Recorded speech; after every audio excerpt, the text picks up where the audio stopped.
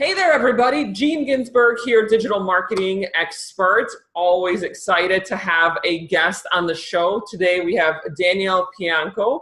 Danielle is the co-founder and managing director at University Ventures. How's it going there? It's going great. Thanks. Welcome back from summer. Yeah, I know. It's crazy. How was your summer? Did you do any traveling? Anything fun? I did. The most fun thing we did was I went to Holland with my whole family. So that was awesome. Oh, very cool. Yeah. Was it pretty busy? Was it hot? Because I was in Europe in the summer and it was extremely hot. Pro tip, always go to Northern Europe in the summer because it is manageable, despite the fact you don't have as nice beaches as the southern part. That's true. Yeah. Well, great. Well, let's jump right into it. So tell us a little bit about yourself. Tell us about your background and how you got into the investing space. Yeah, honestly, I graduated from college and I said, I want to be an investment banker and make a lot of money. And I went to work at Goldman Sachs. I was going to be a master of the universe, the investment bank group. And then I did my 2 years there and I realized, you know what, this is not what I want to do for the rest of my life. I want to save the world. You at 22 or whatever, you have these lofty ambitions. And I ended up working for an education startup that was building schools. And I realized, oh my God, there's such a huge need for education in this country. And I realized, and we ended up selling that company, a nice exit to a publicly traded company. And then I was like, hey, I can do this for the rest of my life. I want to invest in and run education businesses. I went off on my own in 2008 and raised my first fund in 2009 and have been doing it ever since. And I love backing amazing entrepreneurs who are solving the world's great problems in education. Wow, well, that is very honorable, I have to say. A lot of companies VC companies that I interview, they don't have such lofty goals. So that's great to hear that you are. It's not just about the money, that there's something behind it. So that's amazing to hear. Well, speaking of the companies that you have been investing in, do you want to share a story about a company that maybe has made an impact on you, or a certain vision or mission that they have that is important to what you're doing? Yeah, I mean, it's been amazing how stories have evolved. One of my favorites is I spent a lot of time looking at the student debt, and many of your viewers probably are really focused on the fact they have way too much debt. College was too expensive. They're not making enough money to pay down their debt. There's $1.5 trillion of debt. I looked across the universe and I said, there's got to be a solution to this problem. And I found an amazing entrepreneur named Tonio Di Sorrento, and he was creating a company called Vimo, which creates what are called income share agreements. An income share agreement is right now you pay for college with debt, so you borrow a lot of money from a bank or the federal government, and then you have to pay it back. Tonio had this amazing idea to transform how we pay from debt, pay for college away from debt and towards a percentage of your income. So you pay a percentage of your income every year. And if you make less than, say, $40,000, you don't pay anything, right? It's not debt. There's no minimum payment. But if you make a lot of money, you pay a little bit more. And I thought this is probably the only way to solve one of the greatest problems we're facing as a nation right now, which is that, the amount of student debt is creating a lack of ability to start companies. You mentioned entrepreneurship. People aren't buying homes, aren't buying cars. They're not moving. 1 in 8 divorces are because of student debt. And the reality is, there are too many people who have too much debt and there's no way they're going to pay back. And so the inspiration for Vimo is that you can actually transform how we pay for college and higher education away from debt and towards income share agreements. And that was a really, amazing insight for me. And so we've really gotten really vocal on income share agreements as a way to solve the student debt crisis in this country. Oh, wow. Well, that is a very big crisis, of course, that we're having, and with college costs, education costs skyrocketing. So yeah, there's definitely a need for something like that. So that's an interesting story about one company. What about some of the other? I mean, what kind of companies do you typically invest in when it comes to education? So we invest across the board. One of perhaps one of my longest relationships with an entrepreneur is a person who a lot of folks probably try to go to medical school, and medical school is this really difficult thing to get into. And once you're there, we don't have nearly enough underrepresented minorities. And I met a gentleman about almost 10 years ago now, named Dr. David Lenahan, who is a top faculty member at one of the largest medical schools here in New York. And he created a way to actually teach doctors better. And when you arrive at our medical school, you get an iPad. On that iPad is every single lecture you'll ever watch, every book you'll ever read, and most importantly, every test you'll ever take.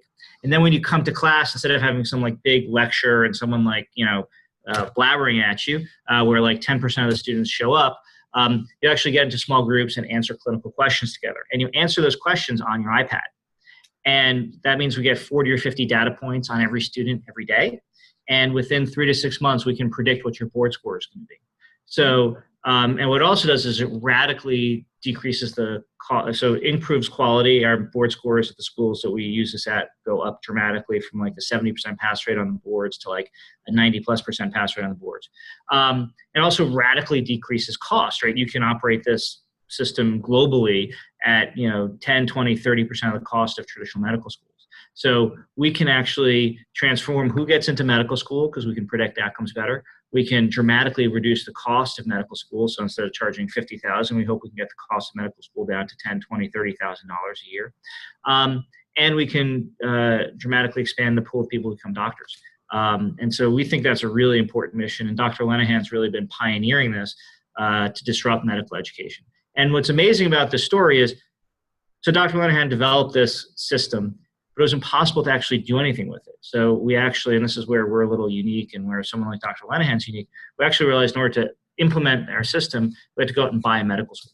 So we actually bought the only U.S. MD for-profit medical school, turned it into a B corporation, a benefit corporation, and have implemented this methodology. We're now working with schools around the world and in the U.S. to build out this methodology so more people can go to medical school at a lower price.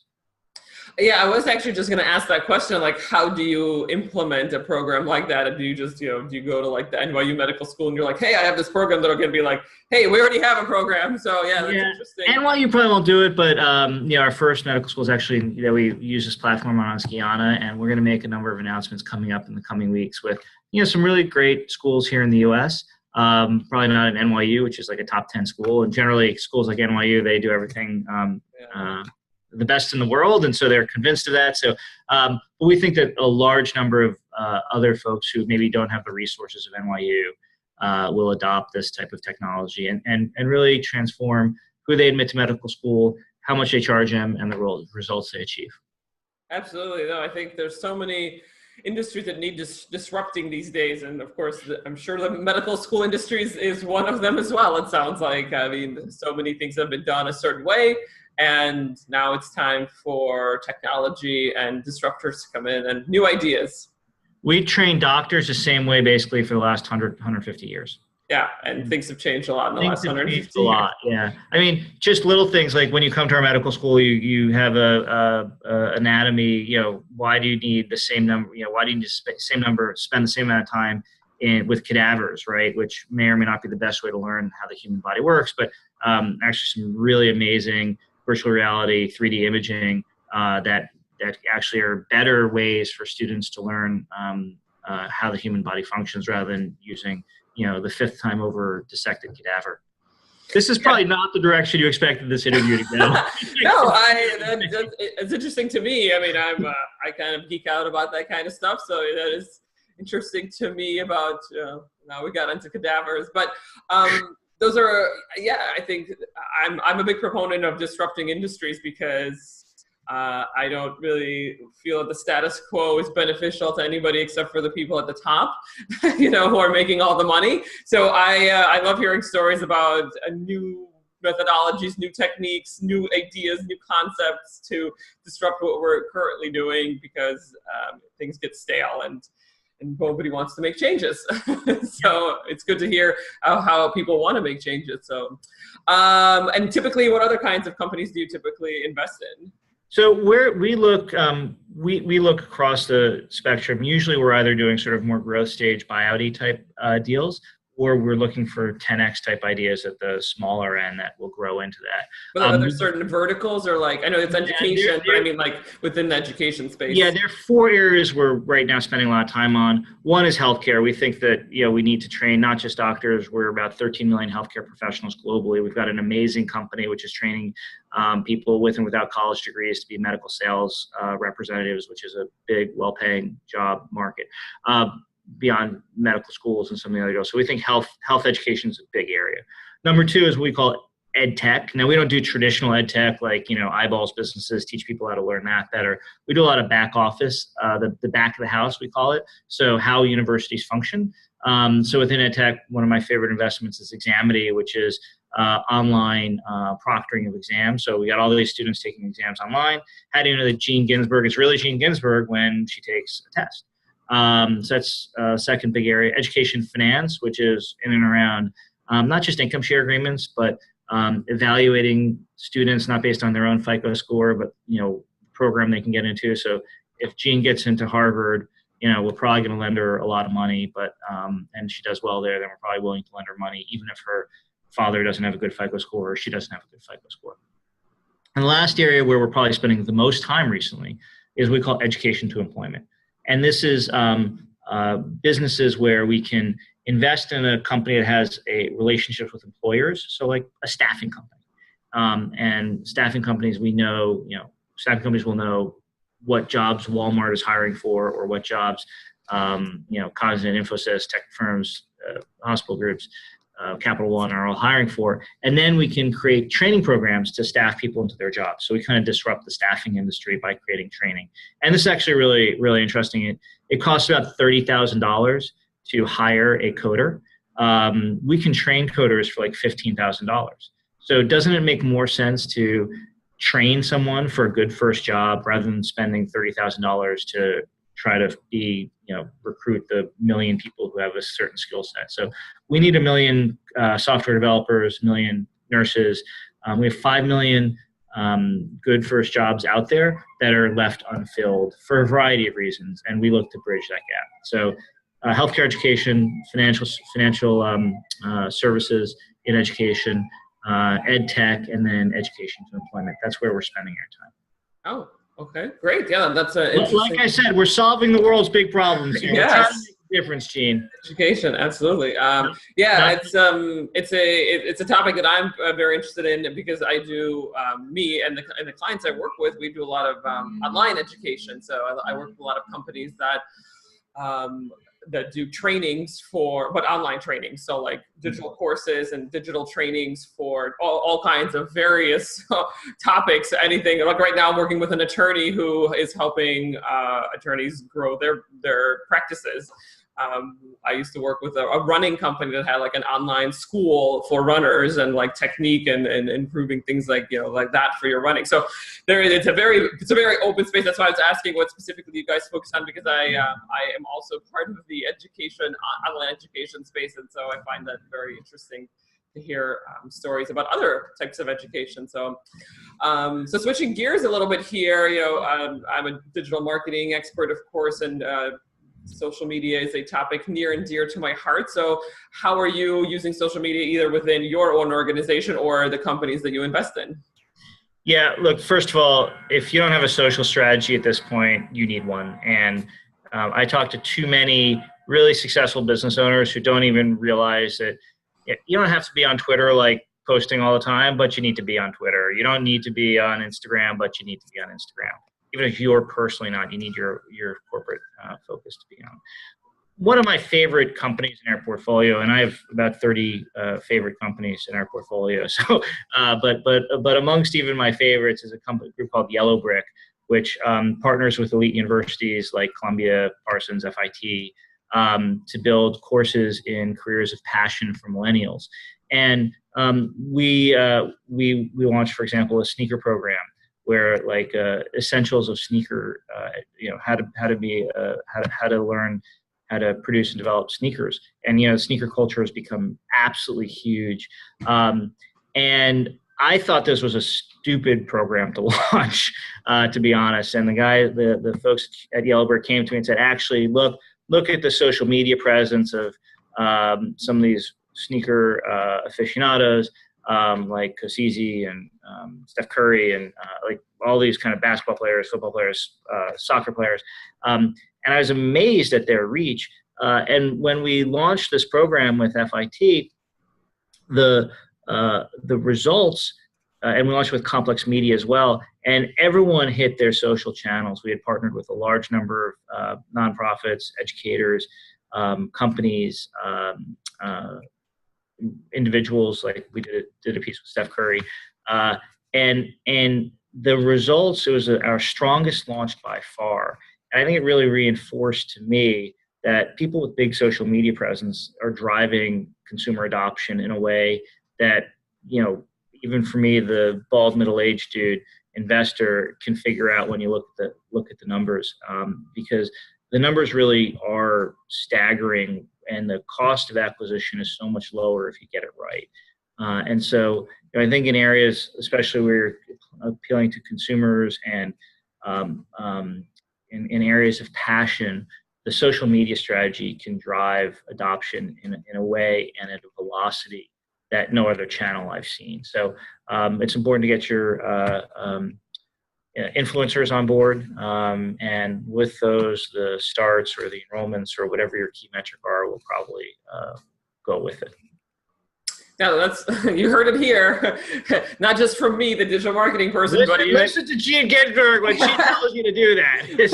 But from you, the VC investor who's preaching about social media. So no, that's good. I'm glad to hear that. The only problem with social media, and this is where someone like you can be really helpful, is like, how do you track if one of your campaigns is really successful? And that's where some of that's gut and luck, but that's been the only piece that is more difficult for sort of a traditional guy like me to understand.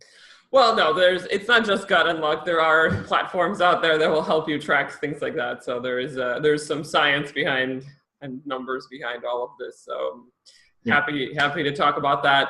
But maybe not on this show, because we don't want to keep it too long. We want to keep it succinct. So the last question I have before we wrap up is some pieces of advice. So maybe you could share 2 or 3 pieces of advice that you would give to a startup founder who is looking for investing or an investor or VC funding. Yeah, I mean, what I tell everybody is do something really, really well, right? Have whatever your company is, make sure there's some piece of it that really stands out. We look for people who are going to really be leaders in their space, and you got to make it happen, no matter what it takes.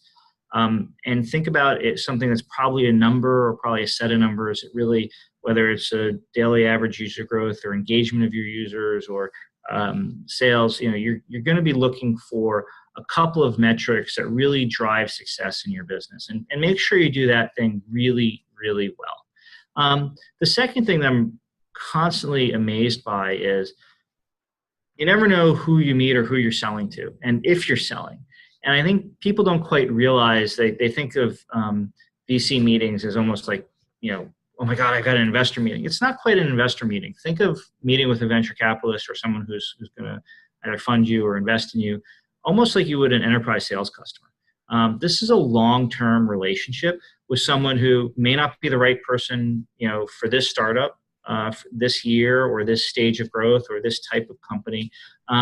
But life is long, and the example of Dr. Lenahan, who is revolutionizing medicine. The first time he met me, he didn't realize he was pitching me. He was just telling me about this cool new way he was running his medical school classroom. And as soon as I heard it, I was like, light bulb went off, and this is genius. And and that happened totally organically. So one of my big pieces of advice is just always be on as an entrepreneur. Always be selling, but not selling like, buy my product, but selling like, hey, what I'm doing is really cool. And I think people will gravitate towards that. So do something really, really, really well, be excellent at it, and then always be selling without selling. That's a good point. And I feel having worked with so many companies out there and helping them with their digital marketing, it's just like so many times they're just like selling, but they're not trying to engage. They're just like, buy my stuff. And it's like, that's not how people operate. No.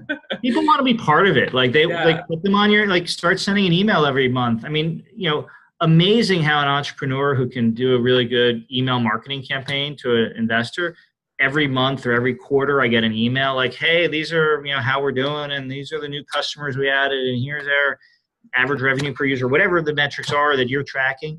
And that stuff really works. Think of investors like a institutional sales customer almost, or an enterprise sales customer. So. Absolutely, no, I totally agree with that, and I think that's applicable to anywhere, wherever you go, whatever you're trying to sell.